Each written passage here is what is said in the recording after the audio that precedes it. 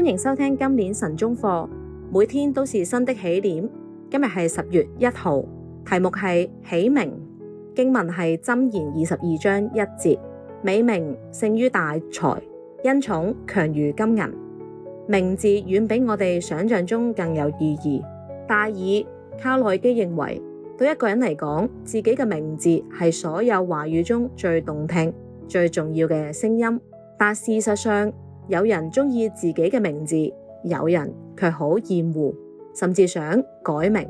因此喺為仔女、新公司甚至新教會選擇名字嘅時候，應當慎而重之。早期守安息日嘅復臨信徒們唔太願意為佢哋嘅新教派起名。1860年之前，佢哋一直自稱為小群。路加福音12章32節，末時嘅餘民。啟示錄12章17節，相信安息日和因門關閉的信徒，守上帝誡命和耶穌真道的上帝特選之子民。啟示錄14章12節，上帝守約的子民，守安息日永生上帝之印記的教會，以及非拉鐵非教會。啟示錄3章7至13節。但對呢一啲特定嘅名稱，信徒們從來冇達成共識。但當復臨信徒決定依照密西根州嘅法律成立出版機構嘅時候，佢哋必須有一個正式嘅名稱。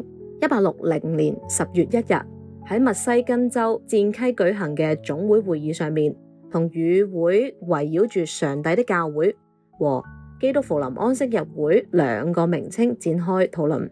考慮到第一個名字太過籠統同埋冒昧，大會最終決定我們稱自己為基督復臨安息日會。1861年，懷愛倫表示，基督復臨安息日會呢一個名稱將我哋嘅信仰中最有特色嘅表現喺人前，使嗰啲求問真道嘅人感悟。呢一個名稱亦都好似主嘅箭筒中嘅一支利箭，要扎傷嗰啲干犯上帝律法之人嘅心，引佢哋悔改歸向上帝，並信仰我哋嘅主耶穌基督。喺世界好多地方，復臨信徒以其作為誠實可靠嘅基督徒而聞名。作為呢一個教派嘅教友，我哋亦都承繼咗佢嘅名字。咁樣，我哋做啲乜嘢嚟維護佢喺我哋嘅鄰居、同事、同學同埋朋友中嘅好名聲呢？請記住，有好多人嚟透過我哋嘅行為嚟評價呢一個教會。今日嘅晨鐘課分享到呢度，歡迎聽日再收聽，再見。